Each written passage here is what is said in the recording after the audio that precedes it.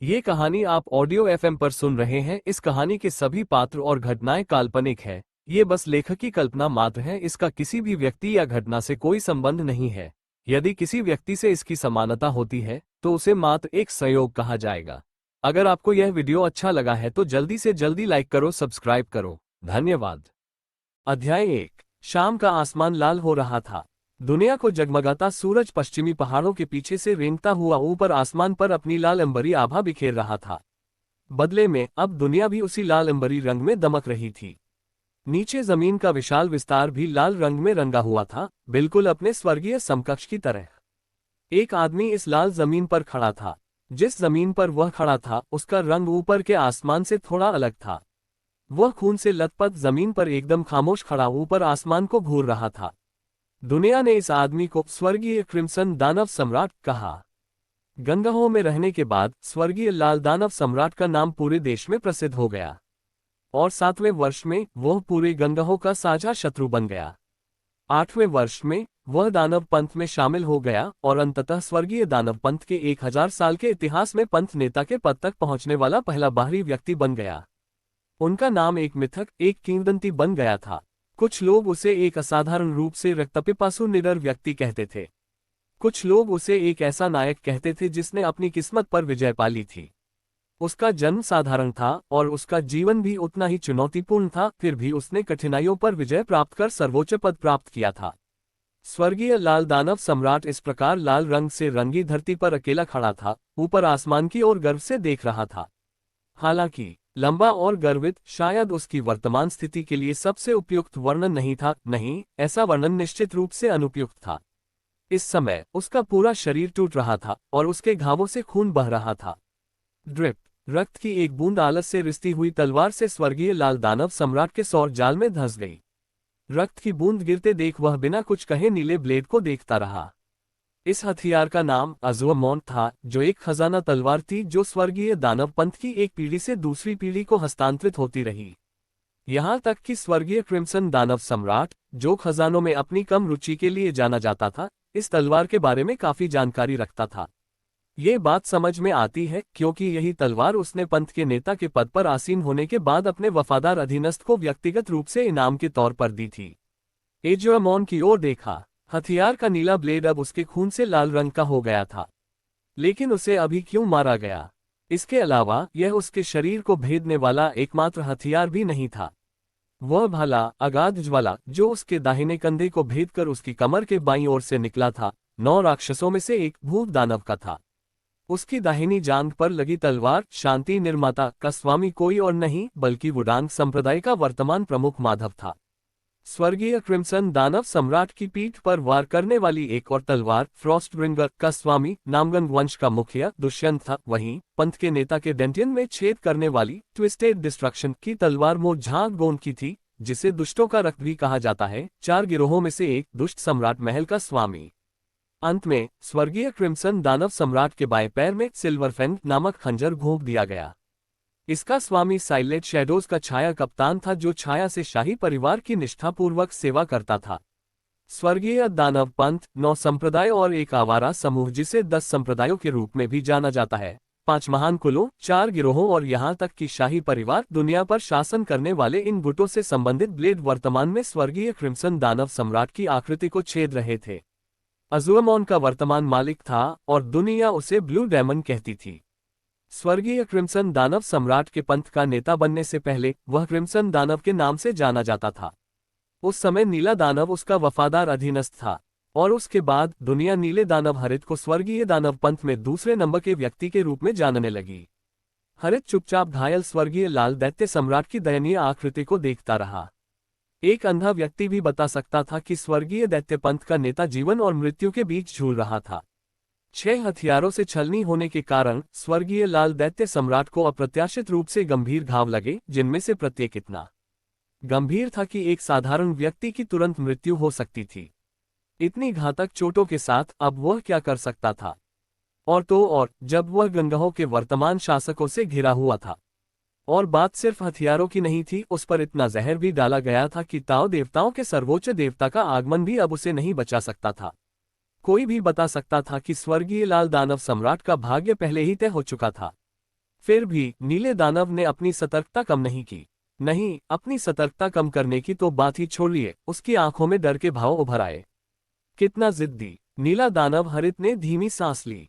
गंगाओं के कुछ सबसे ताकतवर माने जाने वाले लोग आज यहाँ इकट्ठा हुए थे।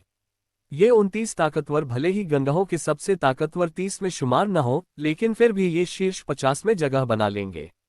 और इन 29 महाशक्तियों को सिर्फ एक आदमी से निपटने के लिए इकट्ठा किया गया था। हालांकि यह नीले दानव की घबराहट को कम करने के लिए पर्याप्त नहीं था, इसलिए उसने तांग परिवार का निराकार जहर और 5 जहर द्वारों का स्वर्ग संहारक जहर हासिल कर लिया ताकि समय से पहले ही स्वर्गीय लाल दानव सम्राट को गुप्त रूप से जहर दे सके। इन सब उपायों के बाद ये नतीजा निकला। 29 विशेषज्ञों ने मिलकर एक आदमी पर हमला किया था, और अब उनमें से केवल 9 ही खड़े बचे थे। 19 जमीन पर पड़े थे, उनकी किस्मत का पता नहीं, जबकि एक विशेषज्ञ मुश्किल से अपने बचे हुए पैर पर खड़ा हो पा रहा था। नीले दानव ने जमीन पर पड़े उन विशेषज्ञों की ओर देखा। उनमें से हर एक अपने संप्रदाय का गुरु था, एक ऐसा दानव जो गंगों को हिला देने में सक्षम था। स्वर्गीय क्रिम्सन दानव सम्राट को सफलतापूर्वक जहर देकर और उसे इस स्थान पर फुसलाकर लाने के बाद ब्लू डायमंड का आत्मविश्वास 7वें आसमान पर पहुंच गया था। अगर मकसद सिर्फ पंथ के नेता को मारना होता तो इतने शक्तिशाली विशेषज्ञों को इकट्ठा करना जरूरी नहीं होता। हालांकि ब्लू डायमंड अपने पंथ के नेता से बिना ज्यादा नुकसान पहुंचाए निपटना चाहता था। पूरा करने के लिए अकेले 9 दानव ही पर्याप्त होंगे। हालांकि वह आज के मामले में अन्य संप्रदायों को शामिल करके उन पर अपने कर्ज को चुका सकता था, और उनके सहयोग से उसने स्वर्गीय दानव पंथ के भीतर उसके नेता की मृत्यु के कारण भविष्य में होने वाले किसी भी आंतरिक कलह को दूर करने के लिए पर्याप्त समय खरीदने की योजना बनाई थी। इस निर्णय ने आज नीले दानव की जान बचाई। 9 राक्षस पर्याप्त होते हैं ना? अगर मुमकिन होता तो नीला दानव समय में पीछे जाकर अपने प्रतिद्वंद्वी को कम आंकने के लिए खुद को छुरा घोंपना चाहता। अगर उसने सचमुच सिर्फ 9 दानवों के साथ हमला किया होता तो वह खूनी मांस के लोथड़े में बदल जाता, उसकी आत्मा हमेशा के लिए पाताल लोक में भटकती रहती। स्वर्गीय लाल दानव सम्राट ने धीरे से अपना सिर उठाया और नीले दानव से आंखें मिलाईं। नीले दानव अनजाने में ही एक कदम पीछे हट गया। दूसरों की नजरें उस पर पड़ने के बाद उसे अपनी गलती का एहसास देर से हुआ। फिर भी उस समय उसके मन में अपमान जैसी भावनाएं दूर थीं। ... ऐसी भावनाएं इंसानों के बीच की बातचीत के लिए आरक्षित थीं। क्या कोई कह सकता है कि किसी इंसान के लिए बाघ से डरना अपमानजनक होगा? ब्लू डायमंड कांपती आवाज में बोला, लगता है तुमने अपने बारे में कुछ बातें मुझसे भी छिपाई हैं। स्वर्गीय क्रिम्सन दानव सम्राट, जिसे नीला दानव जानता था, अब तक उनके संयुक्त हमले से एक अकेली भटकती आत्मा में बदल चुका होता, लेकिन उसकी आंखों के सामने खड़ा आदमी वह स्वामी नहीं था जिसे वह जानता था। हालांकि नीला दानव अपने स्वामी के पंथ में शामिल होने के बाद पिछले कई दशकों से उसकी सेवा कर रहा था, स्वर्गीय क्रिम्सन दानव सम्राट ने अपने सभी पत्ते अपने वफादार सेवक को भी नहीं बताने का फैसला किया था। स्वर्गीय लाल दानव सम्राट ने नीले दानव की टिप्पणी का कोई जवाब नहीं दिया। आखिरकार उसकी रुचि तो कहीं और थी। क्या आपका काम हो गया? उसके प्रश्न से अभी भी खड़े स्वामियों की पीठ में सिहरन दौड़ गई। उनका एकमात्र प्रतिद्वंदी अपनी आखिरी सांसें गिन रहा था।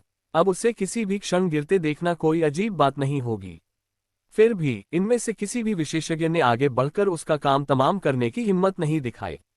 यह कोई आश्चर्य की बात नहीं थी, क्योंकि पहले का तमाशा अभी भी उनके जहन में ताज़ा था। झोंगनान संप्रदाय के नेता ने स्वर्गीय लाल दानव सम्राट पर गर्व से हमला किया था, लेकिन एक ही वार में उसकी खोपड़ी उड़ गई। पंथ के नेता को भाले से घायल करने का भूत दानव को इनाम यह मिला कि उसकी लाश इतनी बुरी तरह क्षत विक्षत हो गई कि उसे बचाया नहीं जा सका, जबकि माधव की इन और यांग के रहस्यों को समझने की इच्छा पूरी हो गई, क्योंकि उसका धड़ 2 टुकड़ों में कट गया था। दुष्यंत, जो हमेशा तलवार सम्राट होने का दम्भ भरता था, आखिरकार जान गया कि असली सम्राट कौन है। यहाँ तक कि खामोश परछाइयों के सरदार को भी अनंत काल तक अंधेरे में सोना पड़ेगा। उन सभी विशेषज्ञों ने राक्षस पंथ के नेता पर कुछ घाव छोड़ने के लिए अपनी जान की कीमत चुकाई थी। जाहिर है बाकी बचे लोग स्वर्गीय लाल राक्षस सम्राट पर कुछ नए घाव करने के एक छोटे से मौके के लिए अपनी जान देने को तैयार नहीं थे। ब्लू डायमंड बुदबुदाया, अगर तुम चाहती तो ये दुनिया तुम्हारी हो सकती थी। उसके शब्द कोई खोखली टिप्पणी नहीं थे। पंथ के नेता की असली युद्ध कौशल को 9 दानवों की शक्तियों और स्वर्गीय दानव पंथ की शक्ति के साथ मिला देने से पूरे गंगाहों पर विजय पाना बहुत आसान हो जाता। भले ही आपकी ऐसी कोई इच्छा न रही हो, फिर भी आप बिना एक उंगली उठाए सम्राट बनकर अपना बाकी जीवन जी सकते थे मेरे स्वामी। काश काश आपने असुरों के अभिलेखों को साधारण पंथ के अनुयायियों तक पहुंचाने की कोशिश न की होती। नीले दानव की आवाज में बमुश्किल दबी हुई नफरत थी, हालांकि उसके शब्दों में विलाप का भाव भी साफ झलक रहा था। स्वर्गीय क्रिम्सन दानव सम्राट ने बुदबुदाया, यही तुम्हारा कारण था। उद्धरण चिन्ह ... महाराज, आप बहुत प्रतापी थे, बहुत ज्यादा प्रतापी, इसलिए कोई भी आपके जैसा दूसरा शासक बनते नहीं देखना चाहता, ब्लू डायमंड ने कहा।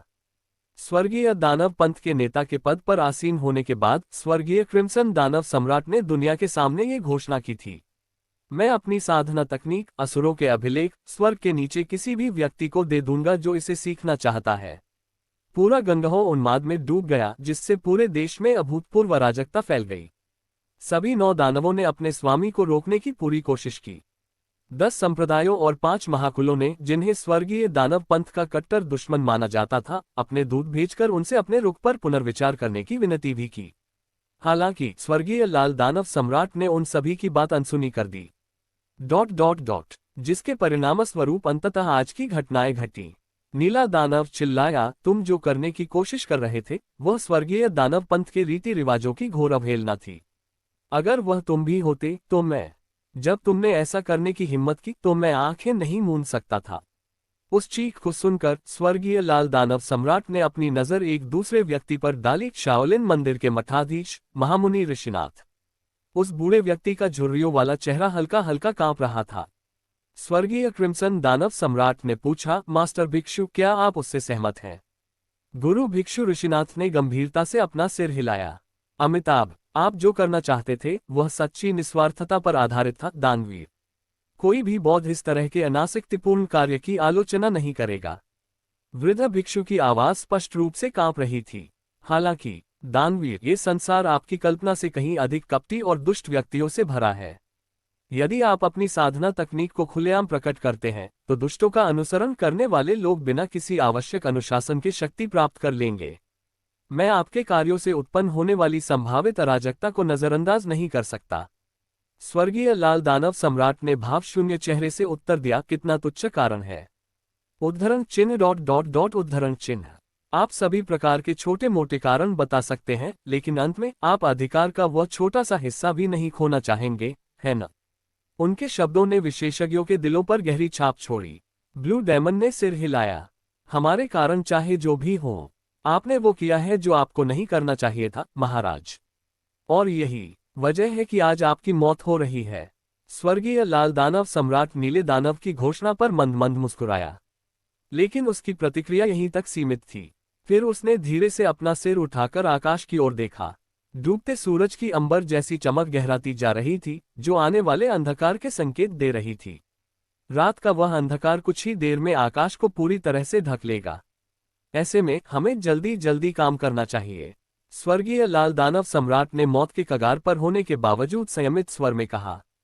ऐसा लग रहा था जैसे अब तक वह जीवन मृत्यु की बेड़ियों से पार हो चुका था।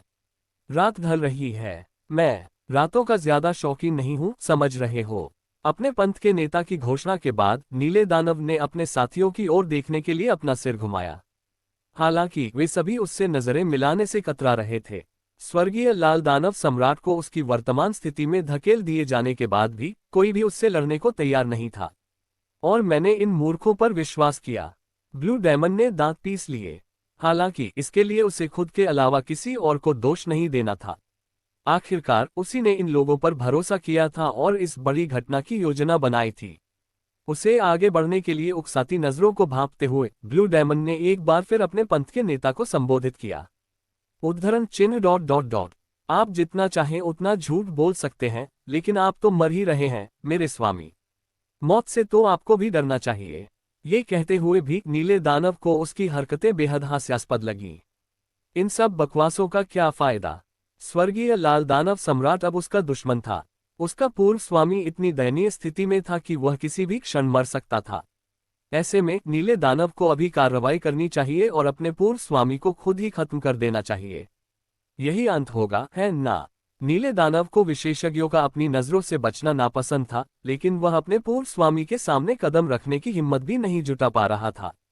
दरअसल इस समय वह बस बेकार की बातें करके समय बचा सकता था। वह स्वर्गीय लाल दानव सम्राट के खुद मरने की कामना करने के अलावा कुछ नहीं कर सकता था। लेकिन तभी स्वर्गीय लाल दानव सम्राट की ओर से अचानक एक अप्रत्याशित उत्तर आया। क्या मैं डर रहा हूं, तुम पूछ रहे हो? उद्धरण चिन्ह डॉट डॉट डॉट उद्धरण चिन्ह। उसने धीमे स्वर में फिर पूछा, क्या तुम जानते हो कि मृत्यु क्या है? नीला दानव चिल्लाया, कोई कैसे जान सकता है कि मृत्यु क्या है, महाराज? स्वर्गीय लाल दानव सम्राट ने धीरे से अपना सिर हिलाया, मृत्यु से डरने की कोई बात नहीं है। उद्धरण चिन्ह डॉट डॉट डॉट उद्धरण चिन्ह। लेकिन आपको उसके बाद आने वाली घटनाओं से डरना चाहिए। ये कितना स्पष्ट कथन था, बहुत स्पष्ट। फिर भी नीला दानव अपने पूर्व स्वामी का मजाक नहीं उड़ा सका। उसकी आवाज और बोलने के तरीके से पता चल रहा था कि स्वर्गीय लाल दानव सम्राट वास्तव में मृत्यु के बारे में कुछ ऐसा जानता था जो बाकी लोगों को नहीं पता था। मरते हुए पंथ का नेता फिर बोला, मुझे मौत का डर नहीं है। वैसे भी डर ही तो वह चीज नहीं है जिसने मुझे इस जगह पर रोक रखा है। ब्लू डेमन थोड़ा हकलाते हुए बोला, तो फिर क्या बात है? ठीक उसी समय स्वर्गीय लाल दानव सम्राट के होठों के बीच एक हल्की सी रेखा दिखाई दी। वे एक अजीब तरह से हल्के से अलग हो गए, जिससे उसके खून से सने दांत दिखाई देने लगे। यह एक मुस्कुराहट होनी चाहिए थी, लेकिन ये किसी क्रूर रीपर की तरह डरावनी थी।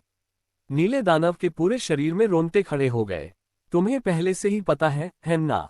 जैसे ही उसने ये कहा, स्वर्गीय क्रिम्सन दानव सम्राट की आकृति अचानक उस स्थान से गायब हो गई और तुरंत ही नीले दानव के सामने पुनः प्रकट हो गई, और यह सब करते हुए भी उसके चेहरे पर हड्डियां जमा देने वाली मुस्कान बरकरार थी।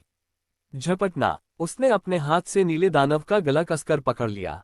अपने पूर्व अधीनस्थ को इतनी आसानी से वश में करने के बाद स्वर्गीय लाल दानव सम्राट ने नीले दानव को धीरे धीरे अपने करीब लाया। रुकना, हे परमपिता, आप और कितने पाप करने को तैयार हैं? इस तमाशे को देख रहे विशेषज्ञ घबराकर चिल्ला उठे, लेकिन फिर भी मदद के लिए आगे नहीं आए। ब्लू डेमन तो पहले से ही राक्षस पंथ के नेता की गिरफ्त में था, और बेतहाशा हमला करने के बाद मरने के डर से उनके हाथ पांव भी सुन्न हो गए थे। स्वर्गीय लाल दानव सम्राट ने बाकी विशेषज्ञों की बात अनसुनी कर दी, हालांकि वे आगे बढ़ने की फिराक में लग रहे थे। उसने बस अपने होंठ नीले दानव के कान के पास ले गया। उसके खून से सने होंठ खुल गए और एक धीमी फुसफुसाहट नीले दानव के कान के पर्दे में गूंज उठी। तुम्हें पता है ना? नीला दानव असहाय होकर कांप उठा। उसे कैसे पता नहीं चला? वह कैसे नहीं जान पाया कि उसके पूर्व गुरु को क्रिम्सन डेमन क्यों कहा जाता था? वह कैसे नहीं जान पाया कि बाहरी होने के बावजूद क्रिम्सन डेमन के पंथ के नेता बनने का कारण क्या था? वह कैसे नहीं जान पाया कि उसका पूर्व गुरु इतना आतंक क्यों फैला सकता था जो उसकी मार्शल आर्ट की सीमा से परे था? ब्लू डेमन ने सब कुछ सबसे नजदीक से देखा था, और इसीलिए वह सच्चाई को किसी से भी बेहतर जानता था। स्वर्गीय क्रिम्सन दानव सम्राट ने धीरे से कहा, मैं अपनी शिकायतें कभी नहीं भूलता। श्रुक शुरू रुक। कैसी अजीब सी आवाज थी वो। स्वर्गीय लाल दानव सम्राट अपने दाहिने हाथ से नीले दानव को दबा रहा था, इसलिए उसने अपने बाएं हाथ से धीरे धीरे अज़ुअमोन को उसकी आंत से बाहर निकाला। उसकी हरकत जानबूझकर धीमी थी, बिल्कुल भी जल्दी नहीं थी। अज़ुअमोन उसके शरीर से धीरे धीरे बाहर निकला और मांस को चीरते हुए ब्लेड की सिहरन पैदा करने वाली आवाज आए। शुरुक। आखिरकार तलवार बाहर आ गई। स्वर्गीय लाल दानव सम्राट एक बार फिर मुस्कुराया और अपनी नजर नीले दानव पर घुमाई। मैंने ये तुम्हें पहले भी एक बार दिया था। नीला दानव पहले से ही जानता था कि उसका पूर्व स्वामी आगे क्या कहेगा। भले ही वह इसके बारे में सोचना न चाहता हो, फिर भी उसकी तीक्ष्ण बुद्धि ने पूरी तरह से भविष्यवाणी कर दी थी कि स्वर्गीय लाल दानव सम्राट क्या कहेगा। इस प्रकार आपको इसे वापस ले लेना चाहिए। स्टॉप। उसने अपना समय लिया और धीरे धीरे, बहुत धीरे धीरे एज़ुअमोन को ब्लू डेमन की छाती के बीचों बीच धकेल दिया। ब्लू डेमन का शरीर मिर्गी के मरीज की तरह हिल गया। एक ही तेज वार से दर्द कम हो जाता, लेकिन स्वर्गीय क्रिम्सन दानव सम्राट ने जानबूझकर समय लिया। वह बस नीले दानव को उससे भी ज्यादा असहनीय दर्द देना चाहता था जो उसने तब महसूस किया था जब उसने उसकी आंत में छुरा घोंपा था। कुह वुक। ब्लू डेमन के होठों से एक दबी हुई सिसकारी निकली। अज़ुअमोन में इंजेक्ट की गई असुर क्यू उसके शरीर को अंदर से चीर रही थी। नीले दानव की कांपती हुई पुतलियां स्वर्गीय लाल दानव सम्राट की तीखी नजरों से टकराईं। सम्राट ने एक चमकदार मुस्कान के साथ अपने दांत दिखाए। कम से कम तुम्हें ये तो पता होना चाहिए था कि मुझे धोखा देने का क्या मतलब होता है। अचानक नीले दानव के मुंह से खून की धार फूट पड़ी। स्वर्गीय लाल दानव सम्राट ने अपनी पूर्व अधीनस्थ को थोड़ी सी भौहें चढ़ाकर देखा। अज़ुअमॉन ने अभी तक नीले दानव के दिल को नहीं छुआ था, लेकिन दर्द पहले ही उसे हो गया था और उसने अपनी मुख्य धमनी को काटने का फैसला कर लिया था। स्वर्गीय क्रिम्सन दानव सम्राट ने धीरे से अपना सिर हिलाया। मैं ब्लू डायमंड ने कुछ कहने की बहुत कोशिश की, लेकिन उसके होंठ धीरे धीरे सख्त होते गए और उसकी चेतना लुप्त होती गई। जल्द ही उसका सिर बेजान होकर एक तरफ झुक गया। स्वर्गीय क्रिम्सन दानव सम्राट ने नीले दानव को चुपचाप घूरा और फिर उसके शरीर को जमीन पर गिरा दिया। फिर उसने धीरे से उसकी आंखें बंद कर दी।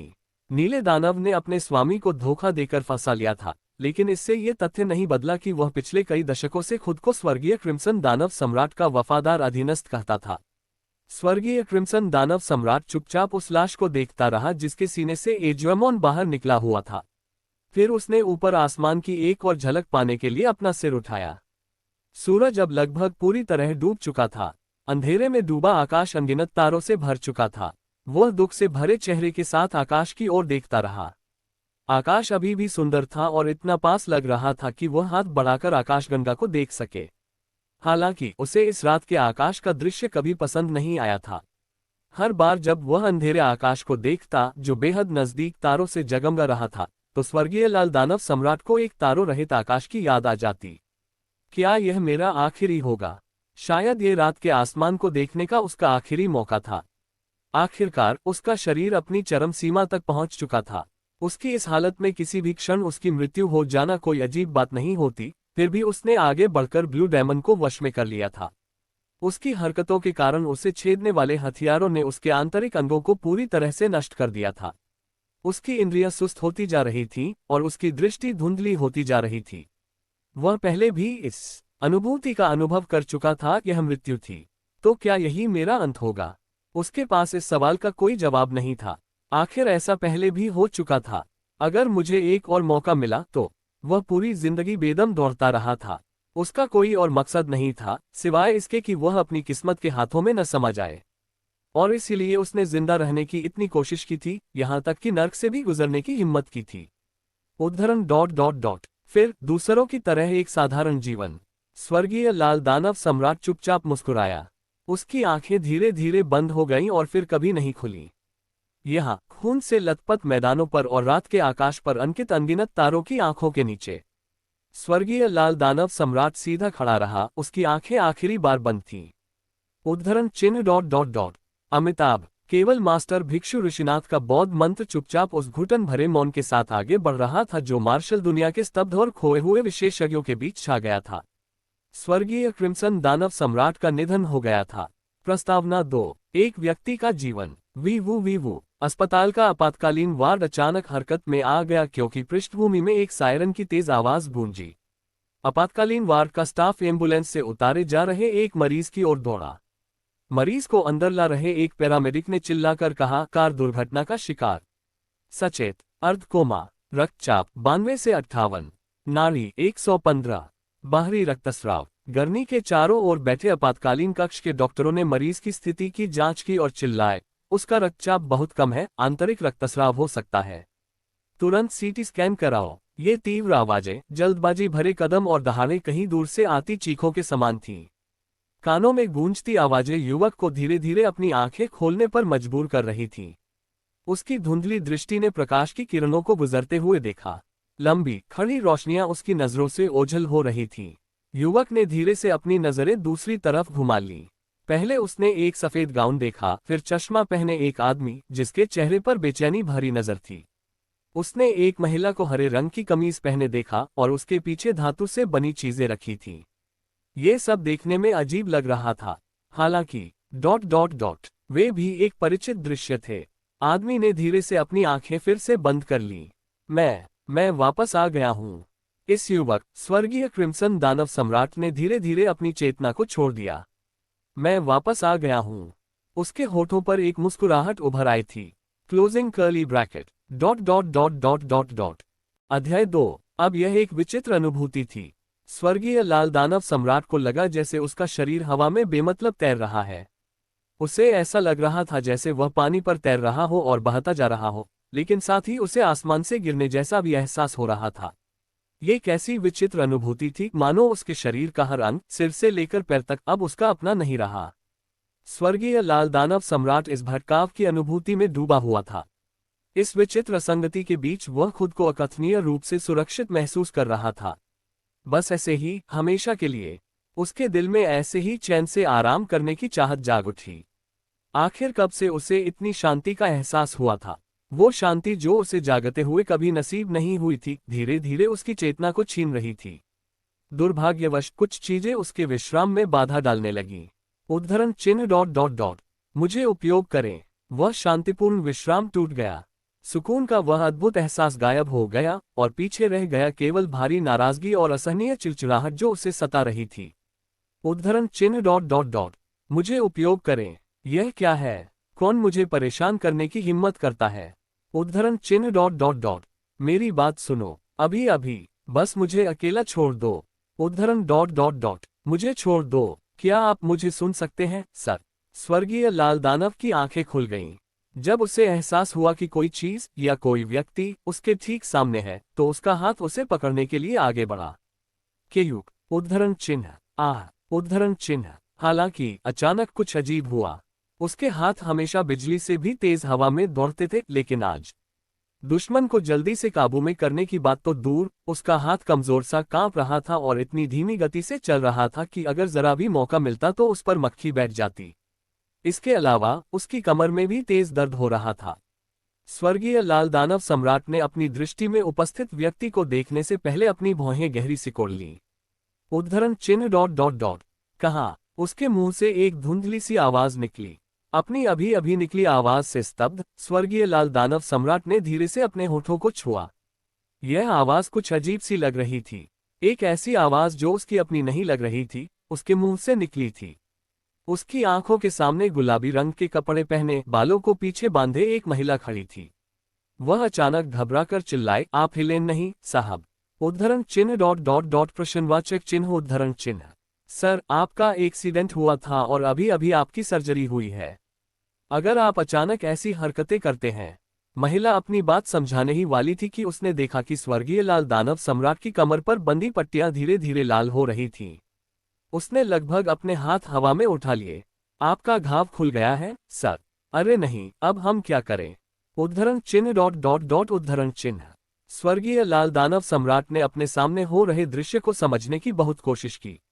वह बड़ी मुश्किल से आसपास के माहौल को समझ पा रहा था।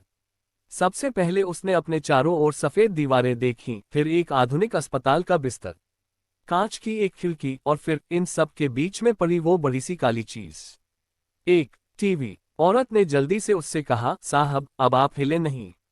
मैं एक डॉक्टर को बुलाती हूँ। जब तक मैं वापस ना आऊं, तब तक हिलना डुलना मत, साहब। समझ रहे हो ना? स्वर्गीय क्रिम्सन दानव सम्राट ने उसकी धमकी पर चुपचाप सिर हिला दिया। महिला तेजी से दरवाजे की ओर बढ़ी, लेकिन उसे पता भी नहीं चला कि वह पीछे से आ रही है। किस तरह के आदमी की ऐसी आंखें होती हैं? उसे याद आया कि जब मरीज उठा तो उसकी आंखों में रोशनी जल रही थी। वह बस एक ऑपरेशन के बाद होश में आने वाला मरीज था, लेकिन उस रोशनी ने उसे हैरानी से चीखने पर मजबूर कर दिया। बस उस पल को याद करना ही उसके लिए अपने कंधे थाम लेने और सिहरन पैदा करने के लिए काफी था। क्या मैंने इसकी कल्पना की थी? कमरे से बाहर जाने से पहले महिला ने सिर हिलाया। इस बीच स्वर्गीय लाल दानव सम्राट चुपचाप उसकी पीठ देख रहा था। अगर उसकी यादें सही थीं, तो वह महिला शायद एक नर्स ही थी। एक नर्स को अस्पताल में मरीजों की देखभाल के लिए रखा जाता था। हालांकि एक नर्स का अस्पताल के कमरे में होना कोई अजीब बात नहीं थी। नहीं, उसे हैरानी इस बात की थी कि उसने अभी अभी एक नर्स को देखा था, और वहां एक कांच की खिड़की और एक आधुनिक टीवी भी था। क्या मैं सचमुच वापस आ गया हूं? स्वर्गीय लाल दानव सम्राट ने उसके कांपते हाथ को देखते हुए फुसफुसाया। लेकिन उसे बस एक पीला चिकना हाथ दिखाई दे रहा था, जिस पर कोई खुरदरापन या निशान नहीं था। कितना अनजाना नजारा था। जब वह सच्चे दानव लोक के शिखर पर पहुंच गया था और उसे परमानंद का अनुभव हुआ था, तब उसका फटा हुआ कठोर हाथ ठीक से पुनर्जीवित नहीं हो पाया था। लेकिन अब वह हाथ एक पीले चिकने हाथ में बदल गया था जो एक बच्चे का था। उसके शरीर का बाकी हिस्सा भी बदल गया होगा। स्वर्गीय लाल दानव सम्राट अपने अस्त व्यस्त विचारों को शांत करने की कोशिश कर ही रहा था कि तभी सफेद गाउन पहने एक डॉक्टर कमरे में दाखिल हुआ। उस युवा मरीज की कमर से रिश्ते खून को देखकर उसकी भौहें तन गईं। उसने अपना सिर घुमाया और नस को घूरा। क्या तुमने उसे हिलने डुलने से मना नहीं किया था? नर्स ने नाखुशी से विरोध किया। डॉक्टर, उठते ही इसने अपना शरीर मरोड़ना शुरू कर दिया। डॉक्टर ने एक लंबी कराह भरी। मुझे प्रभावित जगह देखनी होगी, नौजवान। उसने स्वर्गीय लाल दानव सम्राट की अनुमति का भी इंतजार नहीं किया और नर्स द्वारा दी गई कैंची से पट्टियां काटने लगा। जल्द ही कनखजूरे जैसा दिखने वाला घाव दिखाई देने लगा। टांकों से लाल खून रिस रहा था। घाव से खून रिसने के बावजूद टांके वाला हिस्सा बरकरार लग रहा था। इस स्तर पर कुछ तो स्वाभाविक रूप से अपने आप ठीक हो जाना चाहिए। अच्छा है, लगता है कि यह खुला नहीं है, डॉक्टर ने राहत भरी आवाज में सिर हिलाते हुए कहा, फिर घाव से बहते खून को साफ करने लगे। युवक, तुम्हें अभी हिलना डुलना नहीं चाहिए। अगर टांके वाला हिस्सा फट गया तो हमें तुम्हें फिर से टांका लगाना पड़ेगा। अगर नुकसान इतना ही है तो हम सब निश्चिंत हो सकते हैं, लेकिन अगर टांके अंदर से फटे हैं तो तुम्हें फिर से ऑपरेशन करवाना पड़ेगा। समझ रहे हो मैं क्या कह रहा हूं? स्वर्गीय लाल दानव सम्राट ने बिना कुछ कहे सिर हिला दिया। उसके मन की उलझन ने उसे चुप भी करा दिया। जाहिर है उसे समझ ही नहीं आ रहा था कि पहले क्या कहे। डॉक्टर ने एक बार फिर भौहें चढ़ाईं और नस को उस युवा मरीज की फिर से पट्टी बांधने का आदेश दिया। फिर उसने मरीज का मेडिकल चार्ट उठाया और पूछा, माफ कीजिए, आपका नाम क्या है? उसे नहीं लगा कि डॉक्टर उससे बात करेंगे, इसलिए वह एक पल के लिए चुप रहा, किसी भटके हुए बच्चे की तरह लड़खड़ाता हुआ। नर्स को उससे दोबारा पूछना पड़ा। सर, उसने शांति से उत्तर दिया। हाँ, आपका नाम क्या है, सर? मेरा नाम। हाँ, आपका नाम। स्वर्गीय लाल दानव सम्राट अपनी स्मृतियों में गहराई से उतरकर अपने मन की गहराई से अपना असली नाम बाहर निकालने लगा।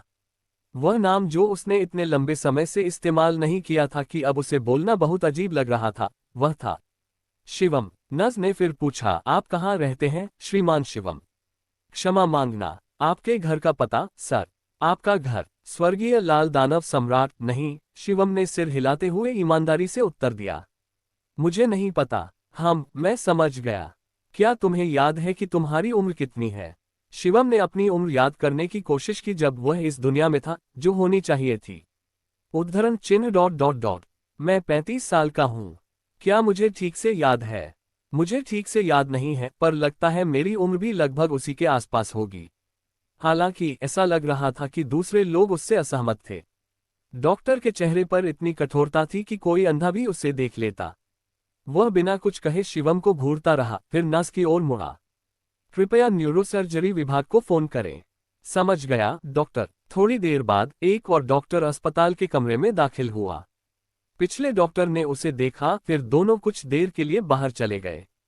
हालांकि दोनों बेफिक्र लग रहे थे क्योंकि दीवार के आर पार उनकी बातचीत सुनाई दे रही थी। क्या हुआ? क्या मरीज को कोई परेशानी है? चार्ट कहता है कि उसके मस्तिष्क में कोई समस्या नहीं है। हालांकि रक्तस्राव का कोई लक्षण नहीं मिला। उसमें स्मृतिलोप और भ्रम के लक्षण दिख रहे हैं। आपका क्या मतलब है? उसे अपना नाम तो याद है, लेकिन पता याद नहीं है और वह कहता है कि उसकी उम्र 35 वर्ष है। 35? हाँ, खैर, अब ये थोड़ा परेशानी भरा है।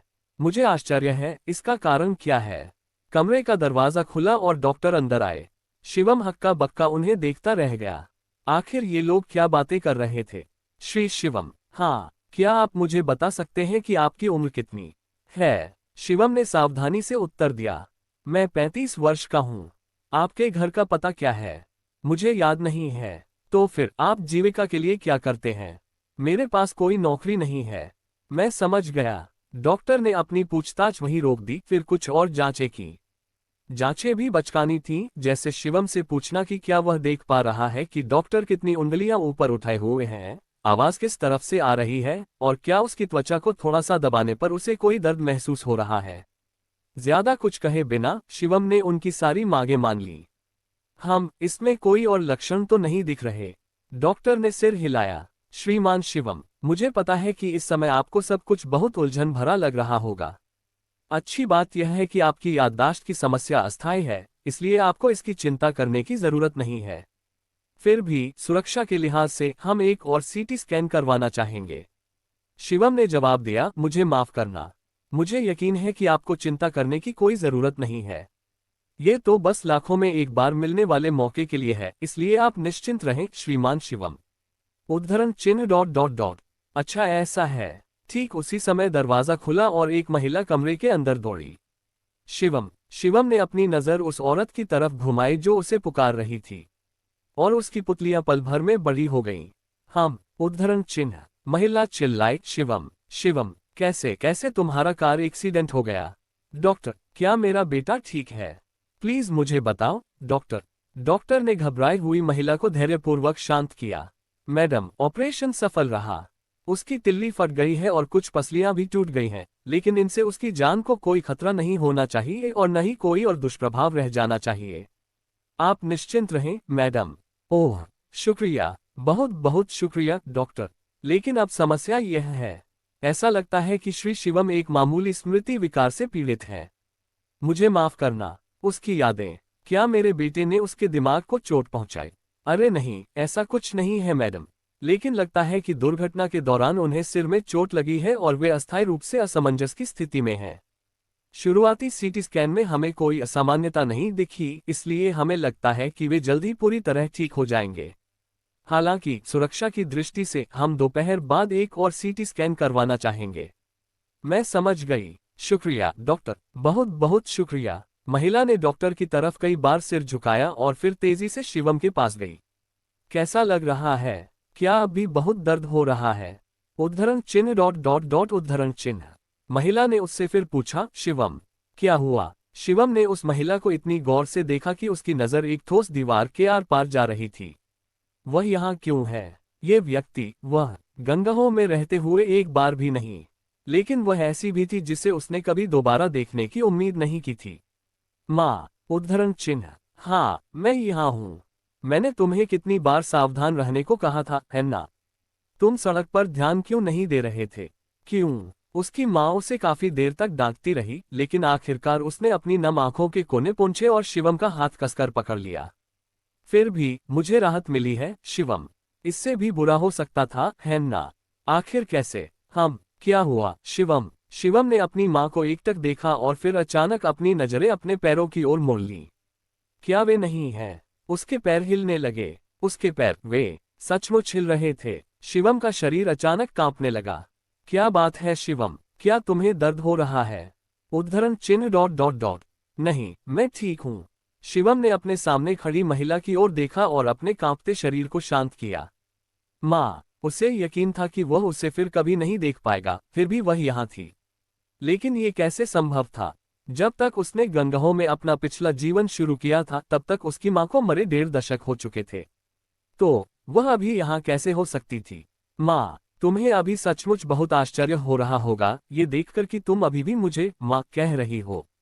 तुमने मुझे पहले कभी ऐसा नहीं कहा, पता है। उद्धरण चिन्ह डॉट डॉट डॉट उद्धरण चिन्ह। अभी के लिए थोड़ा आराम करने की कोशिश करो, शिवम। मुझे यकीन है कि तुम्हें बहुत बुरा झटका लगा होगा, और अगर कुछ गड़बड़ लगे तो तुम मुझे बता सकते हो। ठीक है। उद्धरण चिन्ह डॉट डॉट डॉट। हाँ माँ। उसकी माँ ने शिवम का सिर पकड़ते हुए गहरी चिंता का भाव बनाया। जब उनका हाथ उसके पास पहुंचा तो वह थोड़ा झेप गया, लेकिन उसने उसे टालने की कोशिश नहीं की। आखिरकार उनका हाथ धीरे से उसके सिर को सहलाने लगा। शिवम ने अपने बालों में गर्माहट महसूस की और अपनी आंखें बंद कर लीं। मैं वापस आया। उसे यकीन नहीं था कि क्या हुआ था, लेकिन वह वापस आ गया था। प्राचीन काल के जोगीवान में पुनर्जन्म लेने के दशकों बाद शिवम वापस आ गया था, वर्तमान में वापस। इतना ही नहीं, बल्कि वह अपनी मृत्यु के समय से भी बहुत पहले समय रेखा में वापस आ गया था। Closing curly bracket dot dot dot dot dot dot. अध्याय 3। अब आधी रात हो चुकी थी। शिवम अपनी माँ को बिस्तर के पास चुपचाप ऊँघते हुए देख रहा था। उसे आखिरी बार देखे हुए दशकों हो गए थे। एक बार तो उसने सोचा था कि अपनी माँ को फिर से देखकर वह भावुक होकर आंसुओं की बाढ़ में डूब जाएगा, लेकिन अब जब वह यहाँ थी तो उसे बस घबराहट और असहजता का एहसास हो रहा था। एक तरह से ये प्रतिक्रिया लाजमी थी। हालांकि वह दशकों से गंगों में घूमता रहा था, उसकी माँ इस युग में स्थिर हो गई होगी। उसकी कल्पना में माँ वर्षों के दौरान धीरे धीरे बदलती रही होगी, इसलिए उस संस्करण और उसकी असली माँ के बीच कुछ विसंगतियां देखना कोई आश्चर्य की बात नहीं थी। उसके पिता के साथ भी यही हुआ। उसके पिता उसकी माँ से थोड़ी देर बाद पहुंचे। गंभीर भाव बनाए रखते हुए उन्होंने आह भरते हुए अपने बेटे को चुपचाप देखा। तुम्हें ज्यादा सावधान रहना चाहिए था, बेटा। शिवम ने दशकों बाद अपने पिता से यह पहली बात सुनी थी। ये सुनकर वह लगभग हंस पड़ा। लेकिन ऐसा इसलिए था क्योंकि उसने एक ऐसी भावना महसूस की थी जिसका वर्णन वह शब्दों में नहीं कर सकता था। एक ऐसी भावना जिसे समझने के लिए वह पहले बहुत नासमझ था। अपने बेटे के प्रति चिंता और अपनी लाचारी से उसके पिता का हृदय व्यथित था, लेकिन इस भावना को कोमल शब्दों में व्यक्त करने की वाक्पटुता उनमें नहीं थी, जिसके कारण अंततः वे एक रूखे बूढ़े व्यक्ति की तरह लगने लगे। हालांकि शिवम अपने पिता की भावनाओं को पूरी तरह समझ सकता था। शिवम धीरे से बिस्तर से उठा। उसके दाहिने हाथ में लगी आईवी सुई आड़े आ रही थी, इसलिए उसने बिना किसी हिचकिचाहट के उसे खींचकर बाहर निकाल दिया।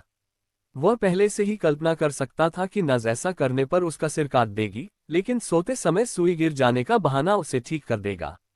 इसके अलावा इस समय उसके लिए कुछ और भी जरूरी था। शिवम धीरे धीरे अपने कमरे से बाहर निकला, ध्यान रखा कि कोई आवाज न करे। वह नर्स स्टेशन के पास से गुजरने से बचता हुआ अस्पताल की छत तक पहुंचने के लिए सीढ़ियां चढ़ गया।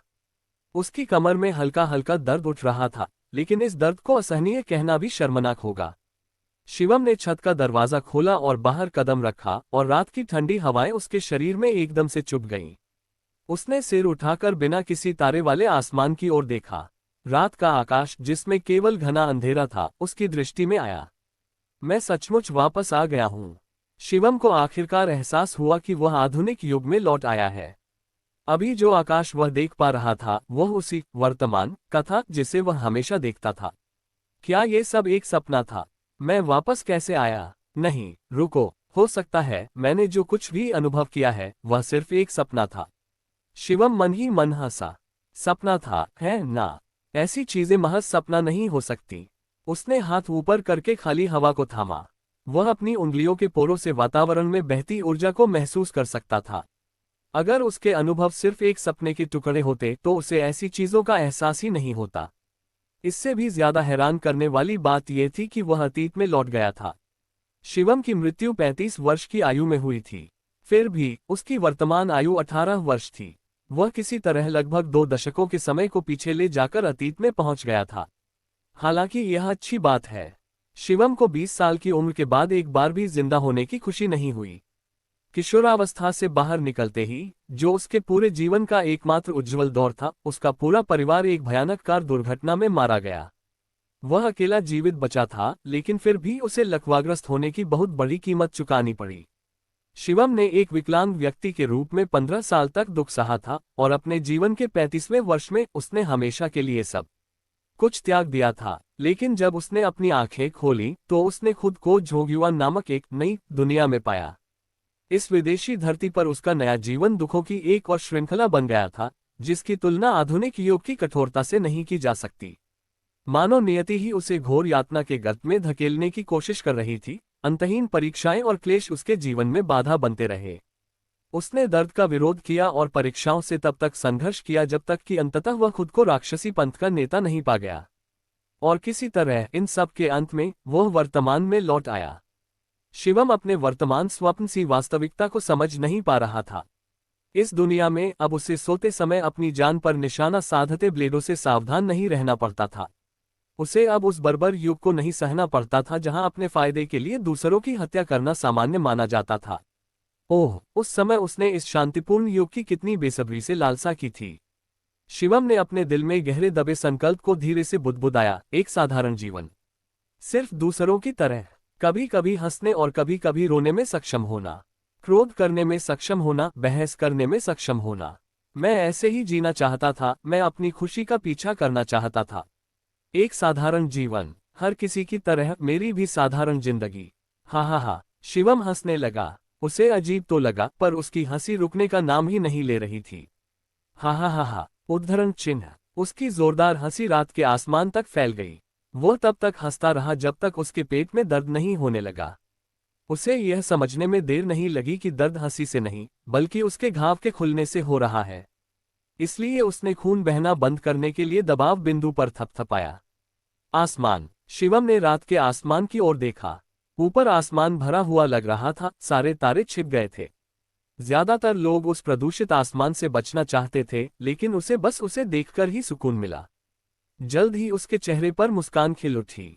तारांकन तारांकन तारांकन। अब खाना खाना ठीक है श्रीमान शिवम। नर्स की बात सुनकर शिवम का चेहरा उदास हो गया। खाना, आप कह रहे हैं? नज ने आगे कहा, शुरुआत में आपको तरल भोजन दिया जाएगा। इसके अलावा आप साधारण पे भी आजमा सकते हैं। पे भी? हाँ। क्या कुछ गड़बड़ है? नहीं, सच में नहीं, शिवम ने और भी गंभीर भाव से कहा। मैं समझ गया। ड्रिंक्स। नज ने शिवम को अस्पताल के कमरे से बाहर निकलते समय ड्रिंक्स के बारे में बड़बड़ाते हुए अजीब तरह से देखा। उसने अपना सिर घुमाया और अपने बिस्तर के पास रखी अलमारी को जोर से घूरा।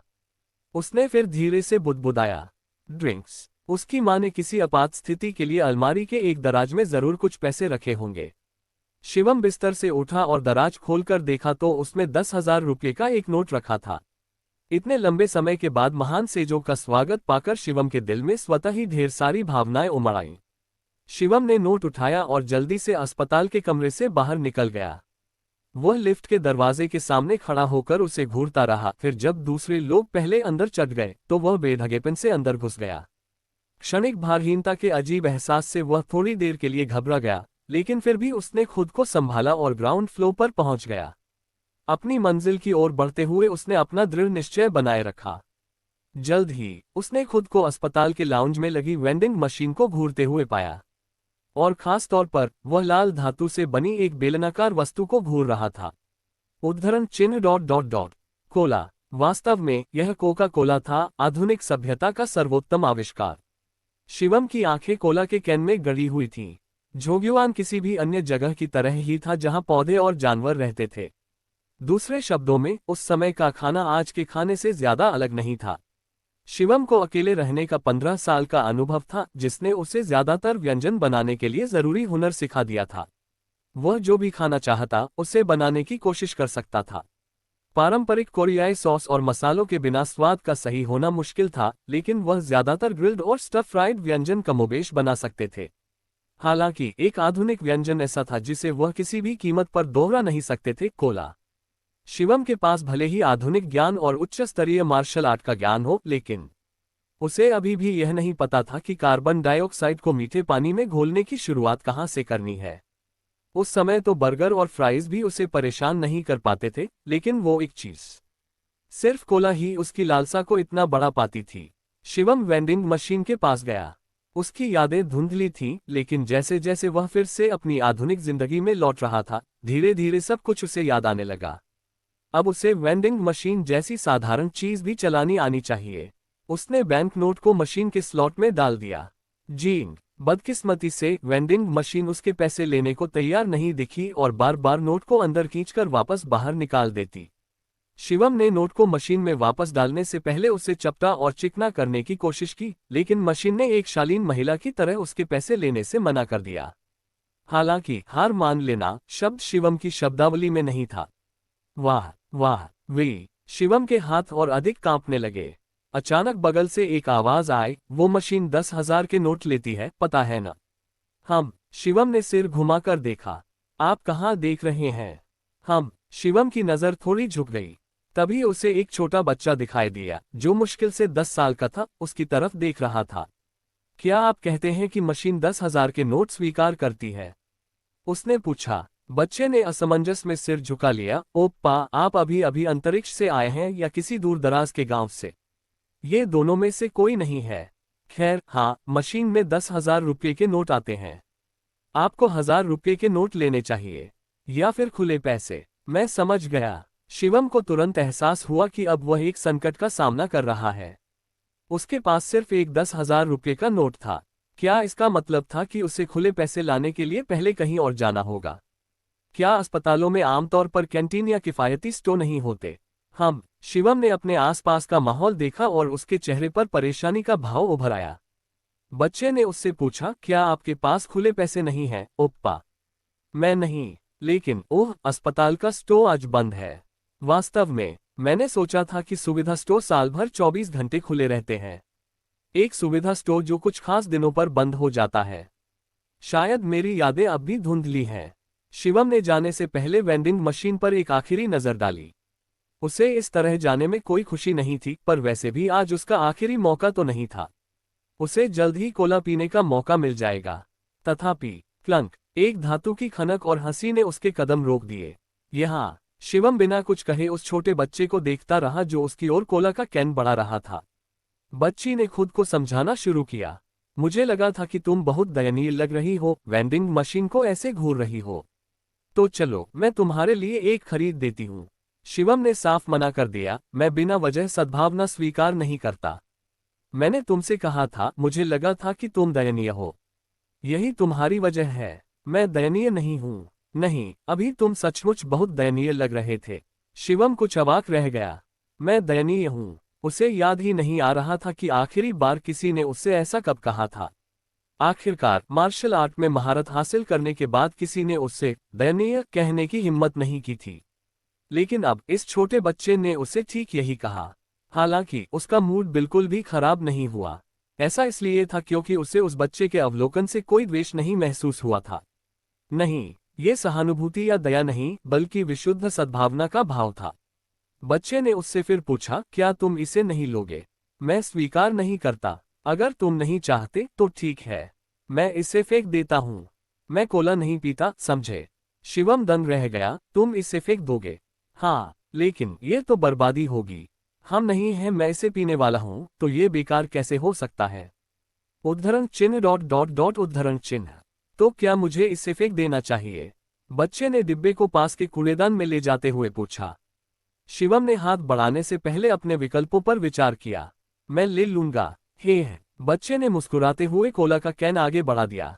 बातचीत के दौरान उसकी बूंदों से भरे कैन को पकड़ते ही शिवम को ताजगी भरी ठंडी धातु का एहसास हुआ।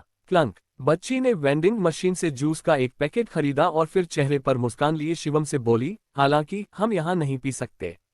अस्पताल के गलियारों में खाना पीना मना है, समझ रहे हैं? आपको लाउंज में जाना चाहिए। ओह, शिवम ने सिर हिलाया। अगर यही नियम था तो उसे इसका पालन करना चाहिए था। हालांकि उस बच्चे ने उसकी सलाह नहीं मानी और कहीं और चला गया। अब थोड़ा उलझन में उसने उससे एक सवाल पूछा, तुम कहाँ जा रही हो? देखो, मुझे लाउंज पसंद नहीं है। मैं बाहर जाकर जूस पीना चाहता हूँ। बाहर? हाँ, अस्पताल के सामने वाली बेंच के पास, बच्चे ने कहा। शिवम ने सिर हिलाया, मैं समझ गया। वह इस बात से सहमत था कि अस्पताल के बगीचे वाली बेंच इंडोर लाउंज से बेहतर विकल्प होगी। ऊपर अपने कमरे से बगीचे की ओर देखने पर उसे एक मंडप जैसी संरचना भी दिखाई दी। शिवम बिना कुछ कहे उस बच्ची के पीछे पीछे चल पड़ा। जिस तरह से वह अनजान बच्ची थोड़ा लड़खड़ाते हुए चल रही थी, वह थोड़ा अजीब जरूर लगा, पर उसे कुछ सुकून भी मिला। कम से कम झोंगिवान के बच्चों से तो वह खुद को अलग ही महसूस कर रही थी। ये बच्ची साहसी थी, हाँ, लेकिन वह असभ्य नहीं थी।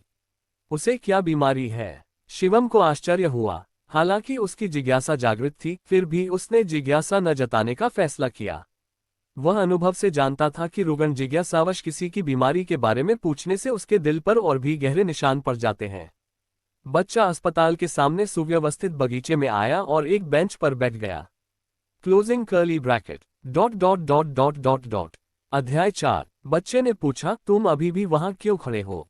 उद्धरण चिन्ह डॉट डॉट डॉट। ममम, बैठ जाएं। ठीक है। शिवम उस बच्चे के पास बैठ गया, फिर अपने हाथ में कोला के कैन को घूरने लगा। उसकी एकाग्र दृढ़ निगाहें कुछ देर तक उस फिजी ड्रिंक को देखती रहीं, और फिर उसने बिल की तरफ हाथ बढ़ाया। पशु। टैप खुल गया, जिससे ताजगी भरी कड़कड़ाहट बाहर निकल आई।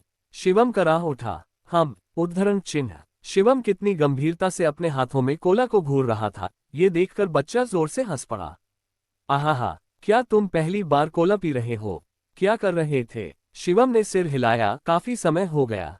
आप सचमुच अंतरिक्ष से आए होंगे? ओप्पा। बाह्य अंतरिक्ष, क्या ये है? शिवम ने सोचा कि शायद बच्चा सही कह रहा है। ये कहना अतिशयोक्ति नहीं होगी कि झोंगिवान इस दुनिया से बिल्कुल अलग दुनिया में था। ऐसे तो सारी गैस निकल जाएगी, पता है। तुम्हें इसे जल्दी से पी लेना चाहिए। शिवम ने बच्चे की सिफारिश पर सिर हिलाया और धीरे से कैन को अपने होठों तक लाया। गल्प। उसने एक घूंट लिया और उसे निगलने से पहले मुंह में ही उबलने दिया। उद्धरण चिन्ह डॉट डॉट डॉट के युग। उद्धरण चिन्ह। उसे यकीन था कि वह पहले हमेशा कोला पीता था, फिर भी उसकी ग्रासनली से नीचे टपकती यह अनुभूति उसे बिल्कुल अजनबी लग रही थी, ऐसा कुछ जो उसने जिंदगी में पहले कभी अनुभव नहीं किया था। उसका गला बुरी तरह चुभ रहा था और पेय पदार्थ से कार्बन डाइऑक्साइड उसके अंदर से वापस ऊपर उठकर उसके मुंह और नाक से बाहर निकलने की कोशिश कर रही थी। हाँ, शिवम ने भारी सांस छोड़ते हुए कहा, फिर थोड़े अविश्वास से कैन को घूरने लगा। क्या मुझे उस समय ये सब वाकई पसंद आया था? देखकर बच्चा फिर से जोर से हंस पड़ा। कार्बोनेटेड ड्रिंक का एक और घूंट लेने से पहले वह भी जोर से हंसा। दूसरा घूंट अब काफी बेहतर लगा क्योंकि उसकी इंद्रियां अब इसकी आदी हो चुकी थीं और वह इसका स्वाद ठीक से ले पा रहा था। सुंदर है। कितनी देर हो गई थी जब उसने आखिरी बार इतनी मीठी चीज चखी थी। शिवम ने अजीब से चेहरे पर नजरें गड़ाए डिब्बे को घूरा। आप ऐसा मुंह क्यों बना रहे हैं ओप्पा? मैं सोच रहा था कि क्या कोई और भी मेरे जैसा ही सोचता है। किस बारे में? उन्होंने पानी में कार्बन डाइऑक्साइड कैसे घोला? ऐसा करने के बारे में किसने सोचा? शिवम बुदबुदाया। बच्चे ने धीरे से जवाब दिया। ओप्पा, आप सचमुच अजीब हैं। शिवम ने कोई जवाब नहीं दिया और बस अपनी कोला को देखता रहा। बच्चा शायद समझ नहीं पाया होगा कि उसने ऐसा क्यों कहा, लेकिन वह दशकों से विज्ञान विहीन युग में जी रहा था। वह सोचने से खुद को रोक नहीं पाया कि कोला के इस एक कैन को बनाने में कितनी मेहनत लगती होगी। वैसे ये बच्चा मुझे अब तक ओप्पा ही कहता था, है ना? शिवम ने बच्ची पर एक और नजर डाली। अब जब उसने गौर से देखा तो बच्ची का रूप निश्चित रूप से स्त्रीत्व की ओर ज्यादा झुका हुआ था। उसकी उम्र की बात करें तो शायद अभी कुछ समय पहले ही वह 10 साल की हुई होगी। शिवम ने अचानक पूछा, तुम्हारे स्कूल का क्या हाल है? बच्चे ने तुरंत जवाब दिया, देखो कौन बोल रहा है। आपकी बात सही है। आप यहाँ कैसे पहुंचे ओप्पा? कार दुर्घटना। तुम्हें ज्यादा चोट तो नहीं लग रही? रुको, क्या तुम बीमार होने का नाटक इसलिए कर रहे हो ताकि तुम्हें स्कूल वापस न जाना पड़े? बच्चे ने उसे चिढ़ाना शुरू कर दिया। शिवम ने उदासीनता से उत्तर दिया, अस्पताल अभी मुझे छुट्टी नहीं देना चाहता। ये तो अजीब है। यह अस्पताल मरीजों को जल्दी छुट्टी देने के लिए मशहूर है, जानते हो? क्या ऐसा है? आपके बारे में क्या? वे कहते हैं मेरा दिल खराब है। आपका दिल? बच्चे ने सिर हिलाया। उन्होंने कहा कि यह किसी तरह की बीमारी है, लेकिन मुझे ठीक ठीक नहीं पता कि क्या है। शिवम ने अपनी नजर बच्ची की छाती पर घुमाई। कुछ देर तक यूं ही गौर से देखने के बाद उसे लगा कि उसकी हालत में कुछ गड़बड़ है। बच्चा अचानक उस पर चिल्लाया, अरे तुम कहाँ घूर रहे हो? उद्धरण चिन्ह डॉट डॉट डॉट। हम उद्धरण चिन्ह। गुमराह आदमी। शिवम बिना कुछ कहे ऊपर आसमान की ओर देखता रहा और अपनी कोला की चुस्कियां लेता रहा। उसे सिर्फ इसलिए विकृत व्यक्ति करार दिया गया क्योंकि वह एक 10 साल के बच्चे की छाती को घूर रहा था। रुको, मैं एक 10 साल के बच्चे की छाती को घूर रहा था तो क्या इससे मैं विकृत हो गया? शिवम को लगा कि उसके सिर में हथकड़ियों की धातु जैसी झंझनाहट सुनाई दे रही है, इसलिए उसने जल्दी से बात बदल दी। क्या बहुत दर्द हो रहा है? बच्ची ने सिर हिलाते हुए जवाब दिया, अभी तो ठीक है, लेकिन जब दर्द होने लगता है तो बहुत ज्यादा होता है। अगर दर्द घर पर या कहीं और हो तो कोई बात नहीं, लेकिन जब क्लास में हो तो। शिवम ने सोचते हुए सिर हिलाया। सच में इससे दिक्कत हो सकती है। तो फिर तुम्हें स्कूल जाना ही पड़ेगा। जरूरी नहीं। तुम्हें नहीं। बच्ची ने जीभ बाहर निकाली। अगर मैं चली भी जाऊं तो दूसरे बच्चे मेरा मजाक उड़ाएंगे, समझ रहे हो? अगर मुझे वहां जाने की जरूरत नहीं पड़ी तो मैं वहां कभी वापस नहीं जाना चाहती। जवाब के बावजूद शिवम ने बच्चे के चेहरे पर उदासी के भाव देखे। ये बच्चा काफी होशियार था। हालांकि बीमार बच्चे आमतौर पर अपनी उम्र से ज्यादा समझदार होते हैं। ये समझ में आता है क्योंकि उन्हें जिंदगी में बहुत जल्दी अनगिनत मुश्किलों और दर्द का सामना करना पड़ता है, जिससे वे उन चीजों के बारे में सोचने लगते हैं जिनके बारे में उनकी उम्र के दूसरे बच्चे सपने में भी नहीं सोच सकते। बेशक अपनी उम्र से ज्यादा समझदार होना हमेशा अच्छी बात नहीं होती। आखिरकार एक बच्चे को तो बच्चे की तरह ही व्यवहार करना चाहिए। शिवम ने उससे फिर पूछा, क्या तुम्हारा ऑपरेशन नहीं हुआ? डॉक्टरों ने कहा कि मेरा ऑपरेशन करना मुश्किल है। ऐसा लग रहा है कि ऑपरेशन ही बहुत मुश्किल है। मैं अभी बहुत छोटी हूं और मेरा दिल भी बहुत छोटा है, इसलिए मुझे पूरा यकीन नहीं है। अच्छा ऐसा है। तभी उन्हें दूर से एक औरत की आवाज सुनाई दी जो बच्चे को ढूंढ रही थी। राधिका, कहाँ हो राधिका? ये मेरी माँ है। बच्ची उछलकर खड़ी हो गई। मुझे जाना होगा। शिवम ने थोड़ा सिर हिलाया, ठीक है। अपना ध्यान रखना, अंतरिक्ष से आए ओप्पा। शिवम ने पीछे हटते हुए बच्चे से कहा, मैं तुम्हें इस कोला के पैसे बाद में चुका दूंगा। कोई बात नहीं, वैसे भी ये तो बस 1000 रुपये ही है। इसे धरती पर आने के लिए मेरी तरफ से तोहफा समझो। बच्ची ने जल्दी से जवाब दिया और दौड़कर उसकी तरफ आ रही एक बुजुर्ग महिला के गले लग गई। औरत ने बच्चे को डांटना शुरू कर दिया, मैंने तुझे मना किया था ना, ऐसे बाहर मत आना। राधिका, मेरे कमरे में बहुत घुटन हो गई थी, और मैं ताज़ी हवा चाहता था। माँ, तुम मेरी बात कभी क्यों नहीं सुनती? राधिका अस्पताल के प्रवेश द्वार की ओर लौटते हुए बच्ची और उसकी माँ में बहस होने लगी। शिवम ये तमाशा देखता रहा, फिर बेंच पर पीठ टिकाकर बैठ गया। केवल 1,000 रुपये है ना? उस बच्चे को किसी बात पर गलतफहमी हो गई थी। शिवम हमेशा अपनी नाराजगी चुकाता था, चाहे कितनी भी छोटी मोटी नाराजगी क्यों न हो, वह उसे कभी नहीं भूलता था और उससे भी ज्यादा बुरा बदला चुकाने से कभी नहीं हिचकिचाता था। और अब शिवम ने कोला का एक और घूंट लिया।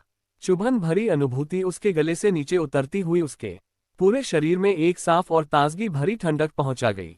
मैं भी दयालुता कभी नहीं भूलता, शिवम ने खाली डिब्बा पास के कूड़ेदान में फेंकते हुए बुदबुदाया। इसके बाद वह बेंच से उठ खड़ा हुआ। तारांकन तारांकन तारांकन, ये तो बहुत अजीब है। डॉक्टर ने शिवम के घाव का बारीकी से निरीक्षण करते हुए अपना सिर झुकाया। क्या कुछ गड़बड़ है डॉक्टर? शिवम की मां ने आश्चर्यचकित होकर पूछा। अरे नहीं मैडम, ऐसा नहीं है। मुझे स्पष्ट कर देना चाहिए कि असल में सब ठीक लग रहा है। मरीज का टाँके वाला हिस्सा अब लगभग पूरी तरह ठीक हो गया है मैडम। हालांकि इस तरह के घाव आमतौर पर इतनी जल्दी नहीं भरते, और ये घाव अभी कुछ देर पहले ही फिर से खुल गया है, इसलिए। डॉक्टर ने शिवम की तरफ दांतते हुए देखा, लेकिन शिवम ने उनकी नजरें चुरा लीं। क्या इसका मतलब यह है कि मेरा बेटा जल्द ही जा सकता है? हालांकि उसका पूर्वानुमान उत्साहजनक है, लेकिन मरीज को जल्दबाजी में छुट्टी देने की कोई जरूरत नहीं है महोदया। हमें जिस चीज पर ध्यान देना चाहिए वह टाँके वाला हिस्सा नहीं, बल्कि उसके आंतरिक अंग है। हाँ बिल्कुल, शिवम की मां ने सिर हिलाया। फिर भी यदि मरीज की हालत में इसी दर से सुधार होता है तो मुझे यकीन है कि हम उसे निर्धारित समय से पहले ही छुट्टी दे सकते हैं महोदया। बहुत बहुत धन्यवाद डॉक्टर। डॉक्टर मुरे, वैसे मिस्टर शिवम, हाँ, चाहे आपकी स्थिति कितनी भी अच्छी क्यों ना हो, आपको अचानक या बहुत ज्यादा हरकतें नहीं करनी चाहिए। इससे फिर से आंतरिक रक्तस्राव हो सकता है, समझ लीजिए। समझ गया। शिवम ने डॉक्टर की सलाह दूसरे कान से निकाल दी। उसकी मां ने आह भरी, वाह, हालांकि मैंने उसे बार बार कहा था। डॉक्टर ने कहा, जो भी मामला हो श्रीमान शिवम, कृपया बहुत अधिक या अचानक हिलने डुलने से बचें, कम से कम जब तक आप हमारी देखरेख में हैं। शिवम का उत्तर हमेशा की तरह संक्षिप्त था, मैं करूंगा। डॉक्टर ने परामर्श समाप्त किया और कमरे से बाहर चले गए। उसके बाद उसकी मां उठी। शिवम, क्या तुम थोड़ी देर अपना ध्यान रख सकते हो? मैं कर सकता हूँ। मुझे घर वापस जाना होगा क्योंकि वहां सब कुछ पूरी तरह से अस्त व्यस्त है। तुम्हें पता है, तुम्हारे पिता पर इन कामों को ठीक से करने के लिए भरोसा नहीं किया जा सकता। मेरी चिंता मत करो और बस जाओ, माँ। ठीक है शिवम, डॉक्टर ने जो कहा है वैसा ही करो और ज्यादा हिलना डुलना मत, ठीक है? मैंने वहां दराज में कुछ पैसे रखे हैं, अगर तुम कुछ खाना चाहो तो मना मत करना। और हाँ, आजकल मौसम भी ठंडा हो रहा है, इसलिए तुम्हें बाहर नहीं जाना चाहिए। नर्सों और डॉक्टरों ने मुझे इस बारे में सख्त चेतावनी दी है। मैं शाम तक वापस आ जाऊंगा, लेकिन अगर मेरे न रहने पर कुछ हो जाए तो मुझे फोन कर देना।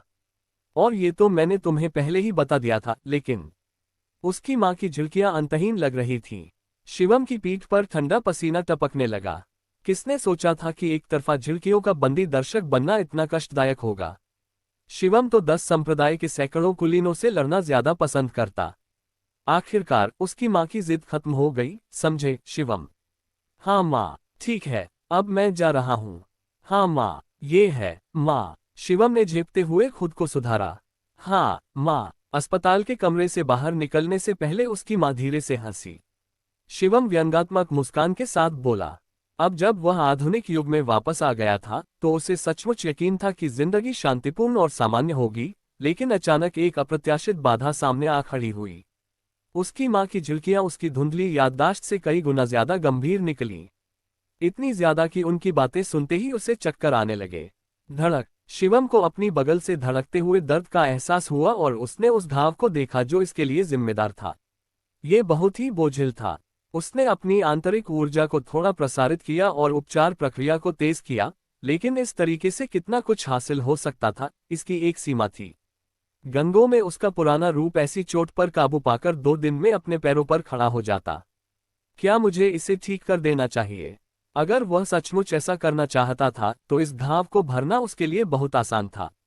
उसका शरीर अपने आप ही घाव भरने की प्रक्रिया को संभाल लेता, बशर्ते वह अपने डेंटिन को सुधारे, वातावरण में मौजूद क्यूई को अवशोषित करे और घाव को आवश्यक ऊर्जा प्रदान करे।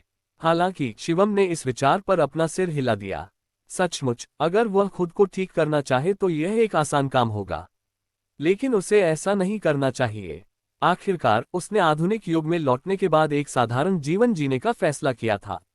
एक डेंटियन बनाने से उसकी जिंदगी थोड़ी ज्यादा आरामदायक हो सकती है, लेकिन एक साधारण इंसान की तरह जीना उतना ही मुश्किल हो जाएगा। डेंटियन बनाने और बाद में अपनी शक्तियों को छिपाने के बारे में सोचा होगा, लेकिन जेब में रखी एक कील देर सवेर आपके हाथ में चुभ ही जाती है। ताकतवर इंसान एक दिन उस ताकत का इस्तेमाल करने की चाहत में बह ही जाता है। शिवम ने एक साधारण जीवन जीने के लिए उन सभी चीजों को त्यागने का फैसला किया था, और यही कारण था, मुझे उनकी जरूरत नहीं है। सच कहूं तो आधुनिक दुनिया में मार्शल आर्ट का क्या फायदा। ऐसा तो नहीं था कि उसे अपने दुश्मनों से जानलेवा युद्ध करना पड़ता, और न ही दुनिया कोई बर्बर जगह थी जहां लोग रोमांच के लिए एक दूसरे की हत्या कर देते। इस दुनिया में किसी भी तरह की साधना करने का कोई खास फायदा नहीं था, सिवाय इसके कि शायद आप अपनी मंजिल पर थोड़ा जल्दी पहुंच जाते, और हाँ, बीमार भी नहीं पड़ते इतना ज्यादा। शिवम ने धीरे से उसकी कमर दबाई। धड़क धड़क धड़कता हुआ दर्द एक बार फिर उसके दिमाग तक पहुंच गया। ये दर्द उसे याद दिला रहा था कि उसने एक नई जिंदगी शुरू की है। एक साधारण जिंदगी, मैं एक साधारण जीवन जीता रहूंगा, यही तो वो सपना देख रहा था। और आखिरकार वो मौका उसके हाथ लग ही गया। इसीलिए शिवम ने जल्दबाजी न करने का फैसला किया। अब कुछ बड़ा करने की कोशिश करने के बजाय आधुनिक दुनिया के साथ तालमेल बिठाने का समय था। इसमें थोड़ा समय लग सकता है, लेकिन अगर वो इसी साधारण जिंदगी में लगा रहा तो उसे आखिरकार ढल ही जाएगा। आखिरकार इंसान देर सवेर अपने परिवेश के साथ तालमेल बिठा ही लेता है। आधुनिक दुनिया के शिवम ने अंततः जोगीवान के तौर तरीकों को अपना लिया था, इसलिए अब उसके असफल होने का कोई कारण नहीं था, क्योंकि वह इस युग में रहता था। वह बिस्तर पर लेट गया और अपना ध्यान टीवी पर केंद्रित कर लिया। हाल ही में उसे एहसास हुआ कि टीवी कितना उपयोगी हो सकता है। पुराने जमाने की तुलना में, जब मनोरंजन का एकमात्र साधन या तो वेशभूषा वाले नाटक देखना या झीलों में नावों में घूमना होता था, टीवी का लगभग हर चैनल जानकारी और कई अन्य रोचक चीजों से भरा हुआ था। उन चैनलों में शिवम सबसे ज्यादा समाचार देखता था। उसके धुंधले ज्ञान में आई कमियों को दूर करने और आधुनिक दुनिया की उसकी समझ को बेहतर बनाने के लिए समाचारों से बेहतर कुछ नहीं हो सकता था, जो इतने लंबे समय तक अतीत में रहने के कारण बिल्कुल बिगड़ गई थी। हालांकि राजनीति से जुड़ी खबरें उबाऊ थीं, लेकिन बाकी खबरें इतनी दिलचस्प थीं कि उनका संतुलन बिगड़ गया। यहाँ तक कि टीवी पर चल रहा समाचार चैनल भी एक ऐसी घटना की रिपोर्टिंग कर रहा था जिसने शिवम की जिज्ञासा को जगा दिया। ब्रेकिंग न्यूज, हाल ही में हुए सिलसिलेवार हत्याकांड का संदिग्ध एक पुलिस अधिकारी को मुठभेड़ में घायल करने के बाद फरार हो गया है। हम पुष्टि कर सकते हैं कि संदिग्ध को भागते समय गोली मारी गई थी, लेकिन फिलहाल उसका कोई अता पता नहीं है। पुलिस प्रभावित इलाकों के नागरिकों से और अधिक जान माल के नुकसान को रोकने